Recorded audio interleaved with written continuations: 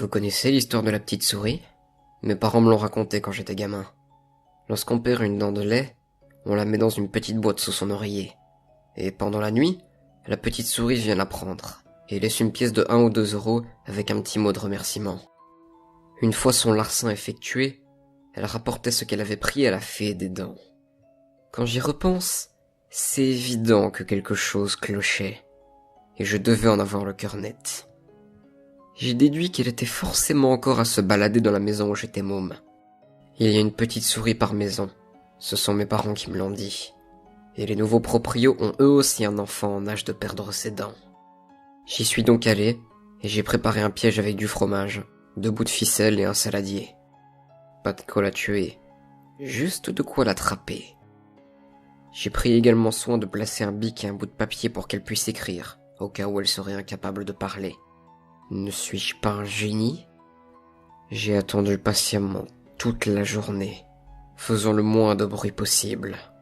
Mon cœur palpitait, tandis que j'observais silencieusement les moindres recoins observables depuis ma position, tendant l'oreille en permanence, à la recherche du moindre bruit indiquant sa présence. Vers les coups de 16 heures, j'ai entendu le bol en plastique taper contre le parquet. Bingo, je l'avais eu. J'ai accouru aussi rapidement que mes jambes me l'ont permis, et j'ai posé ma main sur le sommet de la petite prison du rongeur pour l'empêcher de s'en échapper. J'étais tout excité à l'idée d'enfin avoir des réponses, et une juste rétribution pour cette arnaque. Coucou ma petite, tu te souviens de moi? Oui, c'est moi, Maxime, le fils des anciens propriétaires. Non. Personne ne viendra te sauver. Plus personne ici n'est en mesure de venir sauver ta peau. Disons que les propriétaires actuels sont quelque peu occupés. Alors voilà ce qu'on va faire. Tu me rembourses le double du prix des 20 dents de lait que tu m'as piqué, et tu seras tranquille. Et n'essaie pas de m'avoir. Je sais très bien combien ça coûte sur le marché noir. Le silence, hein? Très bien. Si tu veux jouer à la rebelle, alors on va faire comme ça. J'ai fini par réaliser en l'interrogeant que ce que j'étais parvenu à capturer n'avait rien d'extraordinaire. Cet animal était tout ce qu'il y avait de plus normal. J'ai pensé que cette souris n'était tout simplement pas la bonne. Alors j'en ai attrapé 3 autres, de la même façon. Le résultat a été systématiquement le même. La rage bouillonnait en moi. Il manquait une pièce du puzzle. Pourquoi ces sales bêtes ne répondaient-elles pas? Et j'ai trouvé la réponse. En revenant à la source de tout ceci, quelque chose devenait clair. Qui donc m'avait conté cette histoire?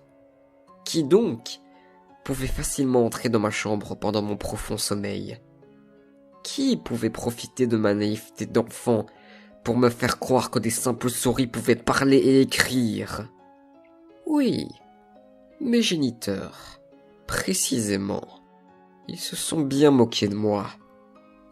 Alors sans y réfléchir davantage, j'ai bondi dans ma voiture comme si ma vie en dépendait. J'ai manqué de renverser quelques personnes sur le trajet, mais peu importe les amendes pour excès de vitesse. Avec ce que j'allais me faire, c'était peu cher payé. En arrivant devant la maison de mes parents, j'ai serré mon couteau dans le creux de ma main, et j'ai caressé la pince dans la poche de mon pantalon. Coucou papa. Coucou maman. On va avoir une petite discussion à propos de mon enfance et de ce que vous m'avez pris. Oh, vous ne les avez plus, je le sais bien. Vendus depuis longtemps, n'est-ce pas? Et vous avez sans doute déjà du tout dépensé. Moi, peu importe. Vous savez ce qu'on dit?